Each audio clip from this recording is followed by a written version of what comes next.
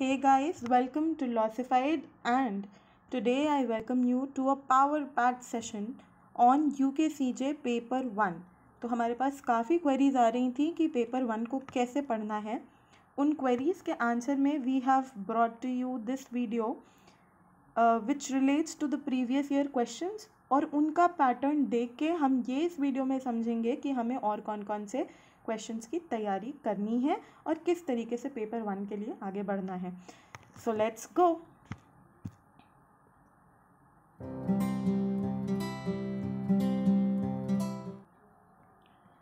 तो ये I have brought to you 2019 का paper, and what we will be doing is कि 50 questions होते हैं पेपर में। हम एक वीडियो में 25 क्वेश्चंस डिस्कस करेंगे, लेकिन प्लीज़ मार्क माई वर्ड्स कि ये 25 क्वेश्चंस नहीं, ये करीबन आपके 500 सवाल का कंटेंट होगा जो हम आज डिस्कस करने वाले हैं। इसलिए इस वीडियो को एंड तक देखिएगा।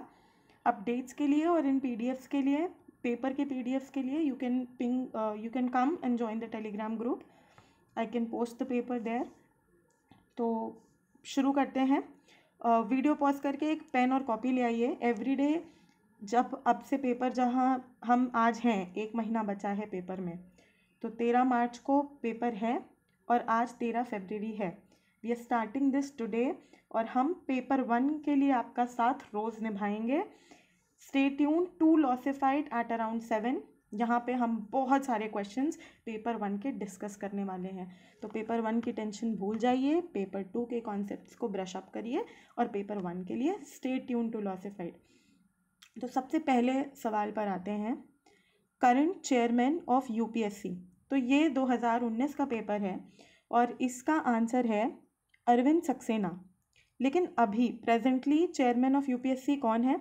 तो अभी चेयरमैन है प्रदीप कुमार जोशी, और ये चेयरमैन रहेंगे अप्रैल 4, 2022 तक। तो जब तक आपका एग्ज़ाम है तब तक तो यही चेयरमैन है, तो इसमें कोई चेंज नहीं आना है, ये याद कर लीजिए।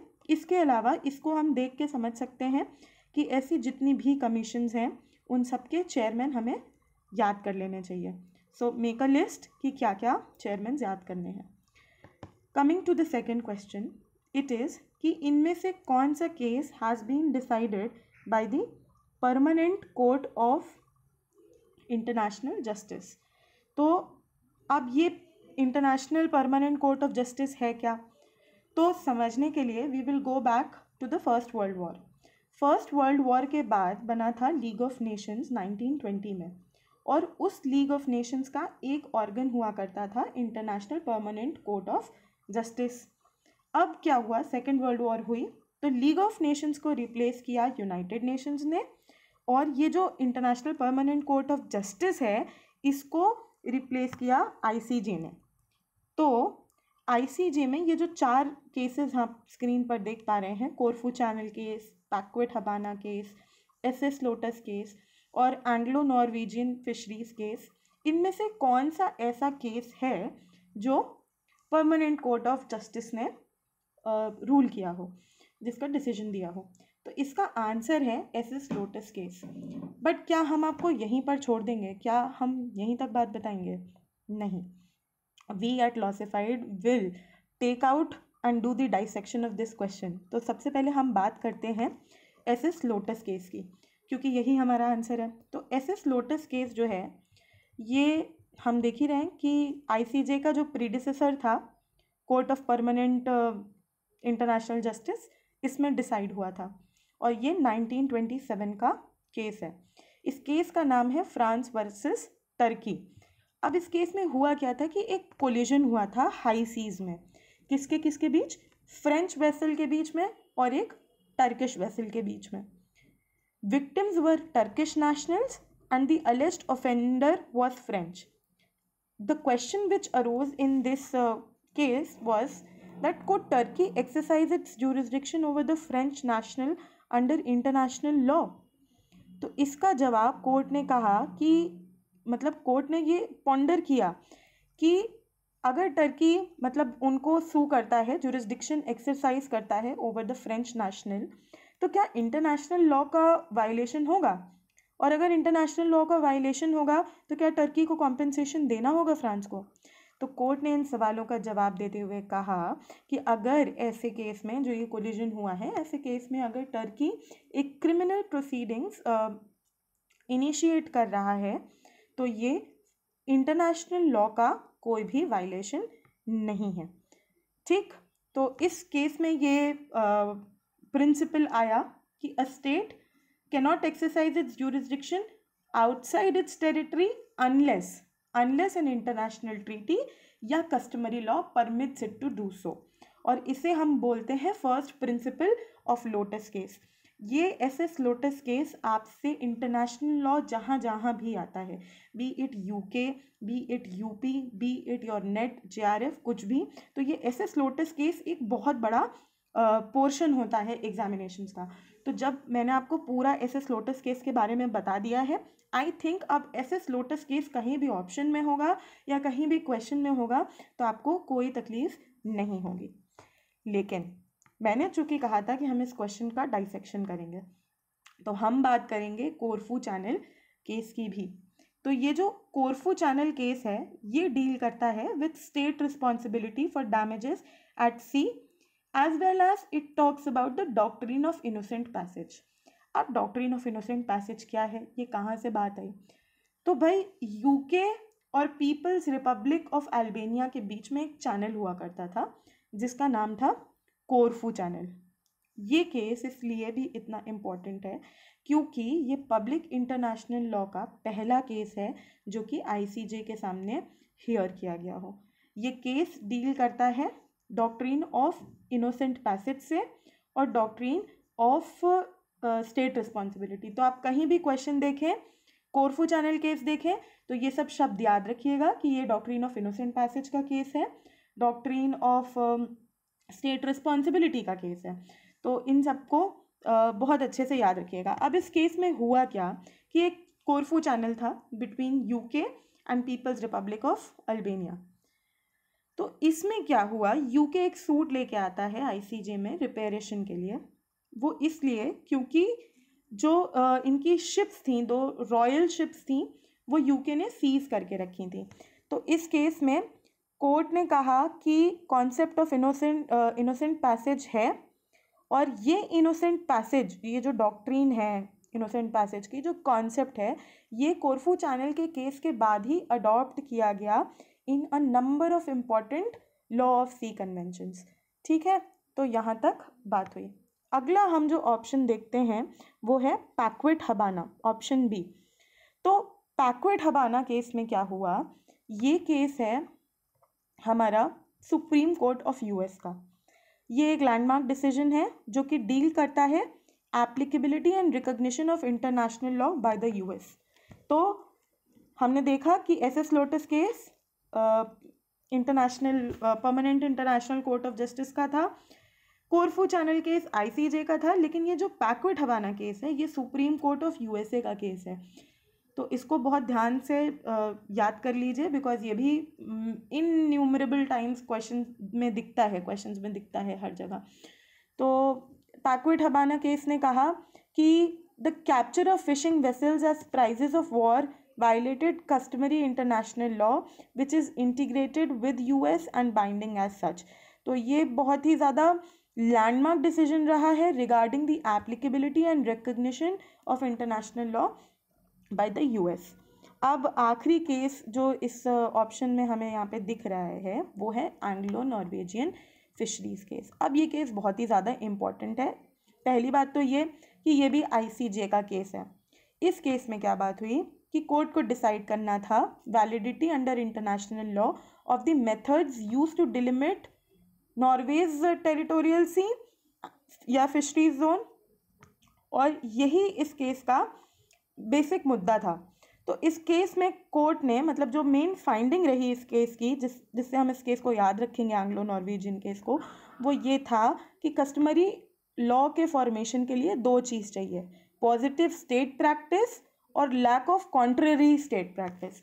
समझिए, कस्टमरी इंटरनेशनल लॉ के लिए पॉजिटिव स्टेट प्रैक्टिस चाहिए और lack of contrary state practice चाहिए। ओपिनियो जूरिस का यहाँ पे कोई रोल नहीं है। तो ओपिनियो जूरिस के लिए एक केस और है जिसमें दो रिक्विजिट्स बताए हैं कस्टमरी इंटरनेशनल लॉ के, वो है लीगैलिटी ऑफ द थ्रेट और यूज़ ऑफ न्यूक्लियर वेपन्स, ये केस का नाम है। बहुत समय दे दिया इस क्वेश्चन पे। Moving ahead to question number 3। Question number 3 बात करता है ex aequo et bono maxim is related to what. तो एक्स एक्वा एट बोनो का मतलब होता है the right and the good.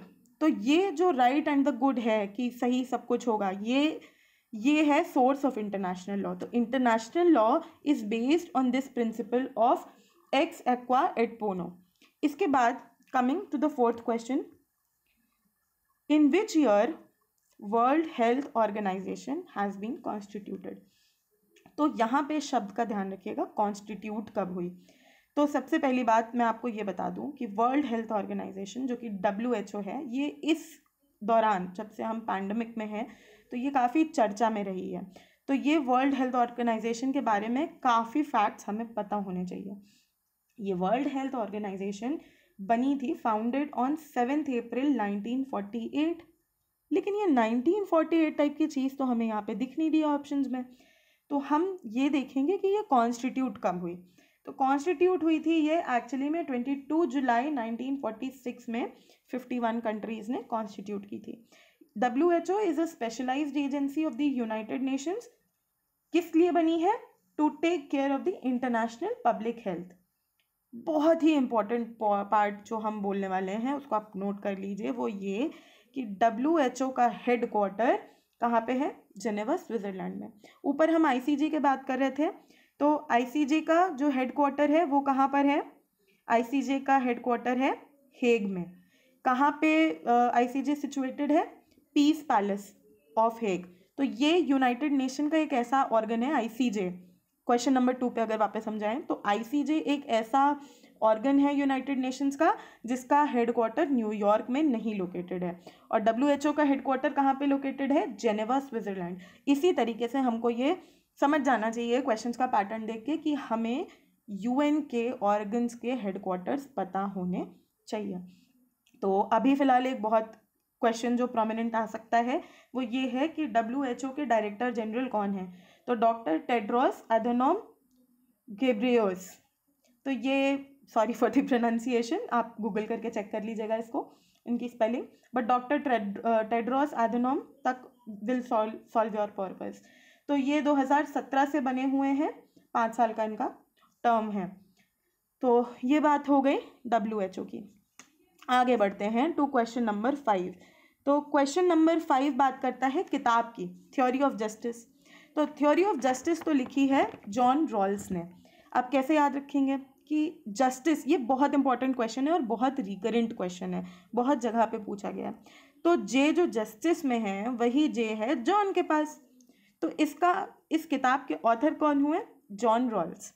अब मैं आपको कुछ और किताबें बताने जा रही हूँ जो बहुत सारे UP के पेपर्स में पूछी गई हैं, या UK के पेपर्स में पूछी गई हैं, या LLM के एंट्रेंसेस में पूछी गई हैं, या हर उस पेपर में पूछी गई हैं जहाँ पे इंटरनेशनल लॉ या जूरिस्प्रूडेंस एक पार्ट है। तो कुछ किताबों के नाम हैं, आप please scribble down in your notes whatever wherever you are writing. तो एक बहुत इंपॉर्टेंट किताब है कंसेप्ट ऑफ लॉ, जो लिखी है HLA हार्ट ने। फिर हम बात करते हैं प्योर थ्योरी ऑफ लॉ की, ये लिखी है हैंस केल्सन ने। ये तो आसानी से याद हो गया, concept of law, pure theory of law, ये तो हमने जूरिस्प्रूडेंस में भी पढ़ा होगा। अब थोड़ी कठिन किताबें याद करते हैं, वो है authority of law. Authority of law लिखी है जोसेफ रियाज ने। मोरालिटी ऑफ लॉ, मोरालिटी जहाँ हमारे दिमाग में आती है हमें फुलर से एसोसिएट कर लेना चाहिए, तो लॉन L फुलर ने किताब लिखी है morality of law. Common law is written by Oliver Wendell Holmes. एक किताब है spirit of laws, this is written by Montesquieu.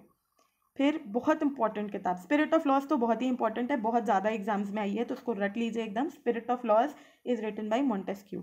फिर टेकिंग राइट्स सीरियसली, राइट्स की बात आई है तो राइट्स से आप सीधे नाम ले जाइए डॉर्किन की तरफ। तो रोनाल्ड डॉर्किन ने ये किताब लिखी है टेकिंग राइट्स सीरियसली।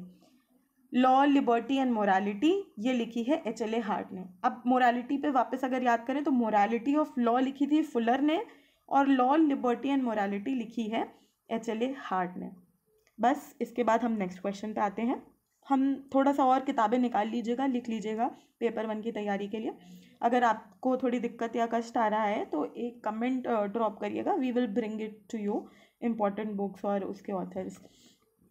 उसके अलावा coming to question number 6, question number 6 कहता है कि prevention of corruption amendment act 2018 came into effect from. तो ये तो आया था 26 जुलाई 2018 से, लेकिन क्या ये अब रेलेवेंट है? नहीं है। क्यों? क्योंकि ये करंट अफेयर का क्वेश्चन है। लेकिन इसको देख के हमें ये समझ आ रहा है कि हमें रीसेंट एक्ट्स का जो आए हैं उनके इन्फोर्समेंट डेट पता होने चाहिए। तो ये इस पर थोड़ा सा कमांड बनाइए। अगेन, अगर इसमें भी आपको हेल्प चाहिए तो please drop in a comment, we will help you. Coming to question number 7, बहुत इंपॉर्टेंट क्वेश्चन है। वो ये कहता है कि आईसीजे का जो डिसीजन है वो कौन साइन करेगा? चेयरमैन साइन करेगा, रजिस्ट्रार साइन करेगा, दोनों साइन करेंगे या कोई नहीं करेगा? तो इसका आंसर है चेयरमैन साइन करेगा और रजिस्ट्रार साइन करेगा, that is option number C. अब ये कह तो दिया कि दोनों साइन करेंगे, लेकिन ये लिखा कहाँ है? तो ये article 58 of international Court of justice के स्टैट्यूट में लिखा हुआ है कि ये जो डिसीजन है ये दोनों साइन करेंगे, चेयरमैन भी और रजिस्ट्रार भी। ओपन कोर्ट में सुनाया जाएगा after giving due notice to agents. Moving ahead, for word Uttaranchal the word Uttarakhand was substituted by Uttaranchal alteration of name act in the year. अब ये तो बहुत इंपॉर्टेंट क्वेश्चन हो गया जिसका आंसर है 2006। तो ये जो एक्ट आया है ये एक्चुअली आया है 21 दिसंबर को। इसको भी थोड़ा मार्क कर लीजिए। उत्तरांचल उत्तराखंड की थोड़ी सी हिस्ट्री हमें पता होनी चाहिए। तो ये जो एक्ट है, एक्ट का नाम है the Uttaranchal alteration of name act 2006। इस एक्ट का नंबर है act number 52, act number 52 of 2006। और इसके आर्टिकल 3 में इसका नाम बदल दिया गया है। और बात करें तो 2009 में, सॉरी 2000 में, ईयर 2000 नवंबर 9 में state of Uttaranchal was carved out of the state of UP. तो 9 नवंबर 2000 इज़ वेरी इंपॉर्टेंट, ठीक है, 9 November. Moving ahead, question number 9, fugitive economic offenders act 2019 ये कब आया? तो ये फोर्स में आया था 21 अप्रैल 2018, दैट इज ऑप्शन सी। लेकिन वही बात, क्या ये अब रेलिवेंट है? ये अब रेलिवेंट नहीं है, लेकिन इससे हमें पता चलता है कि हमें और लेजिस्लेशंस को देखना है। कमिंग टू क्वेश्चन नंबर 10, किताब का नाम Indian constitution corner stone of a nation. तो मैंने आपको ये क्वेश्चन नंबर 5 में भी बताया था कि बुक्स बहुत इंपॉर्टेंट हैं, तो ये किताब भी बहुत इंपॉर्टेंट है, उस लिस्ट में ऐड करिए कि Indian constitution corner stone of a nation is a book authored by. तो इसका आंसर है Granville Austin. But we will look into more books that are written by Granville Austin. तो पहली किताब तो हम लोगों ने याद कर ली, Indian constitution corner stone of a nation. बाकी क्या है? तो दूसरी किताब का इनके नाम है working of a democratic constitution a history of the Indian experience. तीसरी किताब का नाम है इनका पॉलिटिकल पैम्पलेट्स। तो ये पहले तो बताए कि इंडियन कॉन्स्टिट्यूशन है, फिर बताए कि वर्किंग क्या है, वर्किंग डेमोक्रेटिक कॉन्स्टिट्यूशन, हिस्ट्री और एक्सपीरियंस। तीसरी किताब में ये पैम्पलेट बता दी है कि political pamphlets from the Indian constitution retrieving times. तो इस तरीके से कुछ एक पिक्चर बनाइए और इसको दिमाग में याद करिए। Coming to question number 11, question number 11 बहुत ही ज़्यादा इंपॉर्टेंट है। क्वेश्चन नंबर 11 बहुत जगह आया भी है कि which one of the chief justice of India was vice president of India from 1979 to 1984। तो ये वाइस प्रेसिडेंट तो रहे ही हैं इतने टाइम के लिए, 79 से 84। लेकिन एक और बहुत मतलब स्ट्राइकिंग क्वेश्चन आता है, वो ये है कि ऐसा कौन सा चीफ जस्टिस रहा है इंडिया का जो प्रेसिडेंट भी रहा है और चीफ जस्टिस भी रहा है? तो यहाँ पे आते हैं हमारे जस्टिस मोहम्मद हिदायतुल्ला। ये हमारे 11th CJI थे, 11th chief justice of India, और ये 6th वाइस प्रेसिडेंट रहे। मूविंग अहेड, 11 क्वेश्चन हो चुके हैं। 12th question, which of the following is a neutralised state. तो अब न्यूट्रलाइज स्टेट क्या होता है? तो neutralisation is the concept in international law जिससे कोई एक गिवन एरिया है उसको रिमूव कर दिया गया है from the ambit of lawful armed hostilities. मतलब कोई स्टेट है वो टेकअप करता है कि कोई ऐसी हॉस्टिलिटीज़ होंगी, आर्म्ड हॉस्टिलिटीज़, तो हमारा उससे कोई लेना देना नहीं है। अगेन ये क्वेश्चन बहुत ही रेपिटेटिव सवाल है। क्यों? जहाँ पे भी इंटरनेशनल लॉ आता है ये पूछा जाता है कि कौन सा न्यूट्रलाइज स्टेट है इनमें से। तो स्विट्ज़रलैंड बहुत इंपॉर्टेंट आंसर इसका, स्विट्ज़रलैंड, इसको याद कर लीजिए because Switzerland is a neutralised state. इसके अलावा बेल्जियम और लग्जमबर्ग भी न्यूट्रलाइज स्टेट हुआ करते थे बट अब वो नहीं है। 13th क्वेश्चन पे आते हैं। What is the width of the excluded economic zone in international law? ये एक्सक्लूसिव इकोनॉमिक जोन होती है। अब हम इसको ऐसे समझेंगे कि ये मान लीजिए बेस लाइन है, ठीक है, फिर यहाँ तक टेरिटोरियल जुरिस्डिक्शन ये है 12 किलोमीटर्स, फिर यहाँ तक आती है कॉन्टिगुअस जोन ये है 12 किलोमीटर्स, और यहाँ तक आती है एक्सक्लूसिव इकोनॉमिक जोन जो कि है सॉरी नॉटिकल माइल्स, राइट। ये किलोमीटर्स में नहीं होके नॉटिकल माइल्स में होते हैं। तो 12 नॉटिकल माइल्स बेस लाइन से टेरिटोरियल जुरिस्डिक्शन, यहाँ पर होती है कॉन्टिगुअस लाइन यानी बेस लाइन से 24 नॉटिकल माइल्स, और 200 नॉटिकल माइल्स पे होती है एक्सक्लूसिव इकोनॉमिक जोन। तो इस क्वेश्चन का आंसर देने में अब कोई भी मुसीबत नहीं आनी चाहिए। इसका आंसर होगा डी, 200 नॉटिकल माइल्स। अब हम आते हैं क्वेश्चन नंबर 14 पे।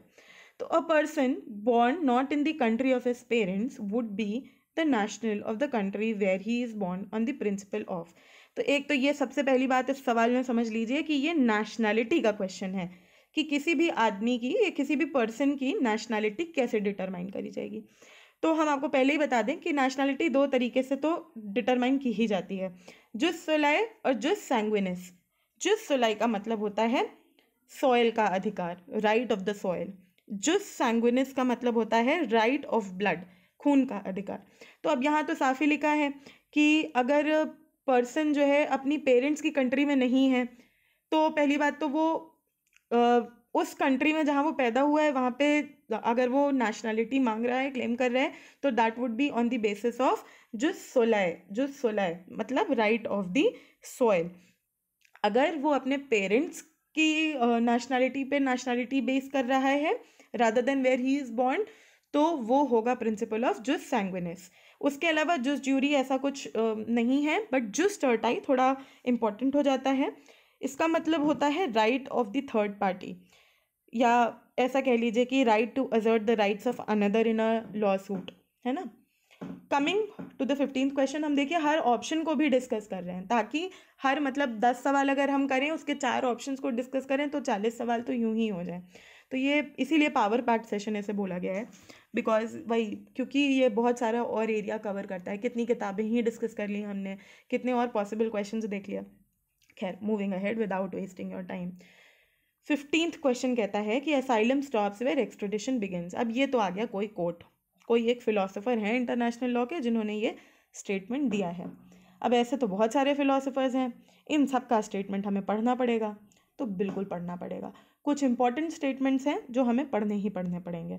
तो फिलहाल अगर हम इसकी बात करें, ये statement asylum stops where extradition begins, तो ये तो हमको दिया था स्टार्क जी ने, तो ये यहाँ से याद कर लीजिए। उसके अलावा इंटरनेशनल लॉ की डेफिनेशंस होती हैं, ये सब थोड़ा इम्पॉर्टेंट है। किसने क्या डेफिनेशन दी ये पढ़ लीजिएगा। अगर वही बात है, अगर आपको इससे रिलेटेड भी हेल्प चाहिए कमेंट करिए, we will bring a video on that. Because हमें पूरा मतलब पेपर 1 हम होलिस्टिकली देख रहे हैं, तो हम हर उस चीज़ में नहीं जाएंगे, हम होलिस्टिकली डिस्कस करेंगे। लेकिन कोई भी स्पेसिफिक जानकारी के लिए ड्रॉप इन अ कमेंट। तो अब इस क्वेश्चन में 2 शब्द आते हैं, असाइलम और एक्सट्रेडिशन। तो क्या हम आपको ये नहीं बताएंगे? बिल्कुल बताएंगे। तो देखो असाइलम का क्या मतलब होता है? असाइलम का ये मतलब होता है कि कोई एक टेरिटोरियल स्टेट है, वो रिफ्यूज़ कर देता है to capitulate a person to the requesting state and provides accommodation and protection from its own territories. और ये गिवन है आर्टिकल 14 ऑफ UDHR में। असाइलम गिवन है आर्टिकल 14 ऑफ UDHR में, लेकिन असाइलम का ऑपोजिट होता है एक्सट्रेडिशन। अब एक्सट्रेडिशन का क्या मतलब है? बहुत आपने विजय माल्या वगैरह के केसेस में एक्सट्रेडिशन का तो नाम सुना ही होगा। तो एक्सट्रेडिशन में क्या होता है कि एक अक्यूज का सरेंडर हो जाता है, अक्यूज का या कन्विक्टेड पर्सन का, who is found in his or her territory in the state on whose territory he is charge to have committed or to have been convicted of a criminal offence. ये जो extradition होता है इसमें दो states involve होते हैं। एक तो जो टेरिटोरियल स्टेट जिनके स्टेट में वो आदमी है, और एक रिक्वेस्टिंग स्टेट जो रिक्वेस्ट कर रहा है एक्सट्रेडाइट करने के लिए। यहाँ तक बात खत्म हुई। जल्दी से बढ़ते हैं क्वेश्चन नंबर 16 पे। तो क्वेश्चन नंबर 16 कहता है कि किसी भी डिप्लोमेट को पर्सोना नॉन ग्रेटा कौन डिक्लेयर कर सकता है? तो भाई पर्सोना नॉन ग्रेटा पहले तो होता क्या है? तो पर्सोना नॉन ग्रेटा का मतलब होता है एक अनएक्सेप्टेबल पर्सन की, यार अब ये आदमी हमको अच्छा नहीं लग रहा है, बिन बुलाया मेहमान हो गया है, ये बिन बुलाया मेहमान हो गया है, तो इसके साथ हम क्या करेंगे? इसके साथ हम ये करेंगे कि हम इसकी डिप्लोमेटिक इम्यूनिटी छीन लेंगे। डिप्लोमेटिक इम्यूनिटी क्या होती है कि इसको यहाँ पे अरेस्ट नहीं किया जाएगा, या ऐसी बहुत सारी प्रिविलेजेस जो किसी आदमी को मिलती हैं और हम उसे बोलते हैं डिप्लोमेटिक इम्यूनिटी। लेकिन अगर कोई पर्सन पर्सोना नॉन ग्रेटा हो गया है, मतलब अनवांटेड पर्सन हो गया है, तो उसकी ये सब डिप्लोमेटिक इम्यूनिटी छिन जाती है। अब ये किसी आदमी को पर्सोना नॉन ग्रेटा बनाने का हक किसके पास है? तो ये रिसीविंग स्टेट के पास है। ठीक है, moving ahead. Term United Nations was suggested by, तो ये तो बहुत ही सवाल है कि यूनाइटेड नेशंस की हिस्ट्री क्या है। तो ये जो नाम सजेस्ट किया था ये तो रूजवेल्ट अंकल ने किया था नाम सजेस्ट। ये साइन हुआ था 26 जून 1945 को। 50 कंट्री के रिप्रेजेंटेटिव्स ने UN चार्टर को साइन किया था। कहाँ साइन किया था? SFO में, सैन फ्रांसिस्को में किया था। ठीक है, तो ये सब थोड़ा सा मतलब UN के बारे में, यूनाइटेड नेशंस के हिस्ट्री, उसका डेवलपमेंट, ये सब थोड़ा सा देख लीजिएगा। Basically what I am doing here is I am trying to explain कि आपको पेपर 1 में क्या पढ़ना है, और जो बहुत ज़्यादा प्रिवलेंटली आज क्वेश्चंस हैं वो मैं आपको बता रही हूँ और आपके साथ सॉल्व करवा रही हूँ। फिर कमिंग टू क्वेश्चन नंबर 18। तो क्वेश्चन नंबर 18 कहता है कि UN के प्रिंसिपल ऑर्गन्स कहाँ मेंशन्ड हैं? तो ये पता होना चाहिए कि ये आर्टिकल 7 ऑफ UN चार्टर में है। अब आर्टिकल 7 ऑफ UN चार्टर से हमको ये समझ में आ रहा है कि भैया UN चार्टर के भी आर्टिकल्स हैं तो इम्पोर्टेंट। तो ऐसा करिए कि UN चार्टर खोलिए और देखिए कि क्या क्या इम्पोर्टेंट है, कि कहाँ पे नॉन इंटरवेंशन का प्रिंसिपल है, कहाँ पे मतलब बॉडीज़ के बारे में, ऑर्गन्स के बारे में दिया गया है UN के। मतलब थोड़ा UN चार्टर से दोस्ती बढ़ाइए। इस सवाल को देखने से आपको ये समझ में आ रहा है। इसमें भी अगर आपको हेल्प चाहिए मैसेज करिए, कमेंट करिए, हम we will help you out to sort this. अच्छा, अब बता तो दिया कि ये जो है प्रिंसिपल ऑर्गन्स हैं। अब हैं कौन कौन से प्रिंसिपल ऑर्गन? तो भाई साहब पहला और सबसे इम्पॉर्टेंट तो खैर क्या ही, सबसे इम्पॉर्टेंट इसलिए क्योंकि सबसे पहले नाम इसका आता है, वो है जनरल असेंबली। दूसरा है सिक्योरिटी काउंसिल। तीसरा होता है इकोसॉक, है ना, इकोनॉमिक और सोशल काउंसिल। चौथा होता है ट्रस्टीशिप काउंसिल। पांचवा है ICJ और छठा है सेक्रेटरीट। तो इन सब के ज़रा से हेडक्वार्टर्स, इन सब के बारे में थोड़ा थोड़ा ये सब आपको पढ़ना होगा। हेल्प चाहिए तो let us know, we will help you out. उसके बाद इन विच सुप्रीम आया भैया कॉन्स्टिट्यूशन। तो कॉन्स्टिट्यूशन में ये पूछता है 19th क्वेश्चन, आते हैं हम कॉन्स्टिट्यूशन के उसमें, कि in which Supreme Court case it was held that preamble is the basic structure of the constitution. Basic structure आया है तो आंसर तो आपको पता ही होगा, Kesavananda Bharati versus state of Kerala. अब यहाँ पे अगर मैंने कॉन्स्टिट्यूशन का बिगुल बजाया और इन केसेस को डिस्कस करना शुरू किया तो ये वीडियो काफ़ी छोटा हो जाएगा, और जो UK की तैयारी कर रहे हैं समय बाउंड तरीके से, उनके साथ थोड़ी इनजस्टिस हो जाएगी। इसलिए ये लैंडमार्क केसेस मैं यहाँ पे अभी नहीं टच करती हूँ, बट प्रियम्बल के बारे में थोड़ी सी बात कर लेते हैं। प्रियम्बल बेसिक स्ट्रक्चर है, ये कहा गया था Kesavananda Bharati versus state of Kerala में। उसके अलावा हमें ये जानना है कि प्रियम्बल सिर्फ एक ही बार अमेंड हुआ है, ये भी पूछा जाता है। प्रियम्बल में वर्ड्स क्या क्या हैं? सोशलिस्ट, सेक्युलर, डेमोक्रेटिक, रिपब्लिक, ये सब वर्ड्स थोड़े याद रखने होंगे। वर्ड कौन सा सेक्युलर का बैड हुआ एक्सेट्रा, ये सब प्रियम्बल के बारे में थोड़ी सी जानकारी होनी चाहिए। Coming to question number 20। अब ये थोड़ा टेढ़ा सवाल है। इसमें पूछते हैं कि out of the following who has not been elected as जज of the International Court of Justice. International Court of Justice का कौन जज नहीं है, नॉट वाले सवाल। थोड़ा सा ध्यान रखा करिए when you read the question. Her question को 1 से 2 बार पढ़िए। इस पेपर में तो थोड़ा सा टाइम भी आपके पास ज़्यादा है, 3 घंटे का पेपर है, हालांकि सवाल भी ज़्यादा हैं, 200 सवाल हैं, बट 3 घंटे अच्छा टाइम है, तो थोड़ा ध्यान से सवाल पढ़िए एक ही बार में। तो नॉट बीन इलेक्टेड, तो नॉट बीन इलेक्टेड का आंसर होगा रंगनाथ मिश्रा। लेकिन इलेक्टेड थोड़ा ध्यान से समझ लीजिए, डॉक्टर नागेंद्र सिंह, दलवीर भंडारी और RS पाठक, तो ये लोग इलेक्टेड हैं। इससे हमें समझ में आता है कि हमें थोड़ा सा इंटरनेशनल कोर्ट ऑफ जस्टिस के जजेस के बारे में जानकारी बढ़ानी है। फिर आता है 21 question, which one of the following is known as the Earth Summit. तो इसका आंसर है UN convention on environment and development. तो United Nations conference on environment and development, option B. तो इसको और ये बाकी जो सब कन्वेंशंस हैं या जो फ्रेमवर्क्स हैं, इनके बारे में थोड़ा थोड़ा सा जानकारी होनी चाहिए। थोड़ा जो रिसेंट में कन्वेंशंस आए हैं या जिनके बारे में बात हुई है किसी समिट में, उन सबको थोड़ा ज़्यादा सीरियसली देखना होगा। Moving ahead we have question number 22, बहुत इंपॉर्टेंट। वापस आते हैं इंटरनेशनल लॉ पे। तो which is not a peaceful means of settlement of dispute under international law. भाई इंटरनेशनल लॉ पढ़ रहे हैं, इंटरनेशनल लॉ में प्रॉब्लम आ गई, तो डिस्प्यूट हो गया, तो डिस्प्यूट को कैसे सेटल करें। तो पहले तो article 2 clause 3 of the UN charter में लिखा है कि states shall settle their disputes, international dispute. तो ये तो 2 क्लॉज 3 की बात हो गई। उसके अलावा article 33 of the United Nations charter में लिखा है कि कुछ तरीके हैं जिनसे इंटरनेशनल डिस्प्यूट्स को पीसफुली सेटल किया जा सकता है।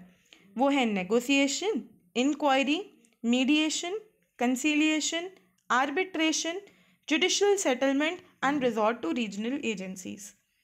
ठीक, तो ये तरीके हैं। और सिक्योरिटी काउंसिल उन पार्टीज़ को जिनके बीच में डिस्प्यूट है, उन स्टेट्स को बुला सकती है to adopt these methods. Article 33 में ये जो मेथड्स दिए हैं, इनको अडॉप्ट करने के लिए सिक्योरिटी काउंसिल बुला सकती है। तो कौन कौन से मेथड थे, एक बार फिर से रिपीट करते हैं। Negotiation, inquiry, mediation, conciliation, arbitration, judicial settlement और रिजॉर्ट टू रीजनल एजेंसीज। ठीक, ये तरीके हैं। अब इसमें से कौन सा तरीका नहीं दिख रहा है, तो रिटॉर्शन नहीं है। ठीक, retortion is no mode of peaceful settlement. Coming to our next question, how many members are there in Security Council. अब सिक्योरिटी काउंसिल बहुत इंपॉर्टेंट ऑर्गन होता है UN का, तो इसके बारे में बेसिक जानकारी हमें होनी चाहिए। तो सिक्योरिटी काउंसिल में 5 परमानेंट मेंबर्स हैं और 10 टेम्परेरी मेंबर्स हैं। अब 5 परमानेंट मेंबर्स के नाम क्या हैं, क्योंकि often we have seen questions like कि इसमें से कौन is not a permanent member of the security council, या इसमें से कौन is a permanent member of the security council. तो इनके नाम थोड़े से याद कर लीजिए। CFR UK US, China, France, Russia, UK US। आंख बंद करिए, 4-5 बार बोल जाइए, CFR UK US, CFR UK US, CFR UK US। हो गया, हमेशा के लिए याद हो गया, ये 5 permanent members of the security Council. ठीक, moving ahead, the second last question we have, which of the following statement is correct. तो concept of citizenship is relevant to international law, नहीं। Concept of citizenship is irrelevant to municipal law, बिल्कुल नहीं भाई। Constitution ही तो हमारा बताता है कि कैसे सिटीजनशिप आएगी। सिटीजनशिप एक्ट है, CAA पे इतना वो चर्चा वर्चा चल रही है, तो म्यूनिसिपल लॉ से इररेलेवेंट तो हो ही नहीं सकता। फिर concept of citizenship is relevant to both international law as well as municipal law, ये भी नहीं, क्योंकि इंटरनेशनल लॉ में तो हमें ऐसा कुछ मिलता ही नहीं है। Concept of citizenship is irrelevant to international law, हाँ ये बात सही है, क्योंकि ये तो बेसिकली सिटीजनशिप तो इसी से गवर्न होती है। हाँ, नेशनैलिटी पे हम आ सकते हैं कि नेशनैलिटी इंटरनेशनल लॉ से गवर्न होती है, लेकिन सिटीजनशिप नहीं।